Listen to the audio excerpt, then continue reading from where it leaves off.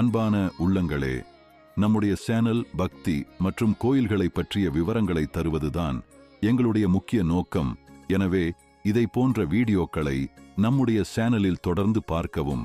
நமது இந்த வீடியோவை நீங்கள் கடைசி வரை பார்த்து லைக் செய்வதன் மூலம் நீங்கள் எங்களுக்கு அளிக்கும் ஊக்கம் நாங்கள் மேலும் வளர வழி செய்வதாகவும். எனவே நமது வீடியோக்களை லைக் மற்றும் ஷேர் செய்யவும், நமது சேனலை சப்ஸ்கிரைப் செய்யவும் மறக்காதீர்கள். மேலும் இனிவரும் வீடியோக்களில் நீங்கள் விரும்பும் சுவாரஸ்யமான ஆத்மார்த்தமான நிகழ்ச்சிகளை காணலாம். வாங்க இப்ப வீடியோக்குள்ள போகலாம். இன்று நாம் பார்க்க போகும் கோவில் திருத்தங்கூர் வெள்ளிமலைநாதர் கோயில். தேவார பாடல் பெற்ற தலங்களில் காவிரி தென்கரை தலங்களில் 116வது சிவத்தலமாகும். இக்கோயில் தசாவதாரத்துடன் தொடர்புடையது. வாமன அவதாரத்தின் போது சுக்ராச்சாரியார் ஒரு கண்ணில் குருடாகி தலைமறைவாக இருந்தார்.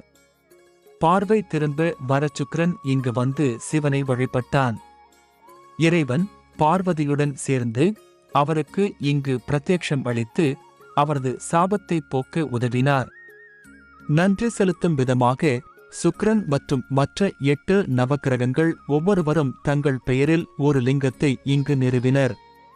சுக்கிரன் வெள்ளி என்று அழைக்கப்படுவதால் இங்குள்ள இறைவன் வெள்ளிமலைநாதர் என்று அழைக்கப்படுகிறார். சமஸ்கிருதத்தில் இது ரஜத கிரீஸ்வரர் என்று மொழிபெயர்க்கப்பட்டுள்ளது. நவக்கிரகங்களால் பிரதிஷ்டை செய்யப்பட்ட 9 லிங்கங்களை வழிபட்டால் எல்லாவிதமான தோஷங்களிலிருந்தும் நிவாரணம் கிடைக்கும். பிரம்மா இங்கு விஜயம் செய்தபோது நவக்கிரகங்களால் உருவாக்கப்பட்ட லிங்கங்களைக் கண்டு மகிழ்ந்தார். அதனால் அந்த இடத்திற்கு நவக்கிரகபுரம் என்று பெயரிட்டார். கங்கை நதியில்தான் மக்கள் குளிக்கிறார்கள், தன் பாவங்களை கழுவுகிறார்கள். இதன் விளைவாக கங்கையே மற்றவர்களின் பாவங்களை சேர்த்துக் கொள்கிறாள். அதனால் அந்த பாவங்களில் இருந்து விடுபட இங்கு வந்தாள். அவள் ஒரு குளத்தை நிறுவி அதில் சிவந்த தாமரைகளை வளர்த்து சிவனையும் பார்வதியையும் வணங்கி வந்தாள்.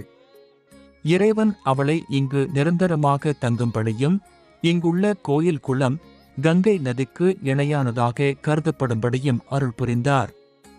அந்த தீர்த்தம் சிவகங்கை தீர்த்தம் என்று அழைக்கப்படுகிறது.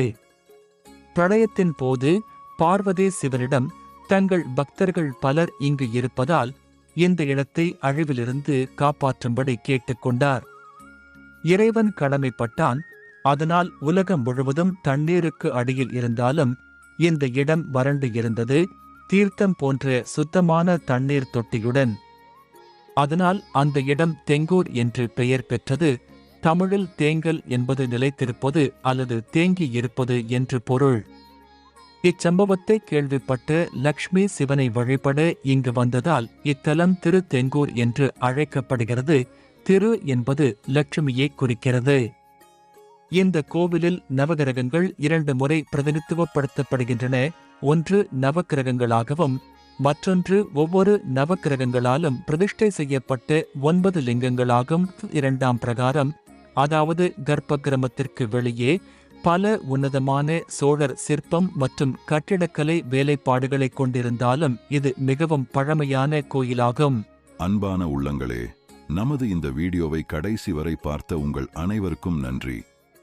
இந்த வீடியோவினால் உங்கள் மனம் மற்றும் ஆன்மா மகிழ்ச்சி அடைந்திருந்தால் எங்கள் வீடியோக்கு ஒரு லைக்கும் எங்கள் சேனலை சப்ஸ்கிரைப் செய்யவும் மறக்காதீர்கள். மீண்டும் இதை போன்ற பயனுள்ள ஒரு வீடியோவில் சந்திக்கலாம். அன்பு உள்ளங்களே, கவனமாக இருங்கள். உங்கள் வாழ்க்கை உங்கள் கையில். வாழ்க வளமுடன்.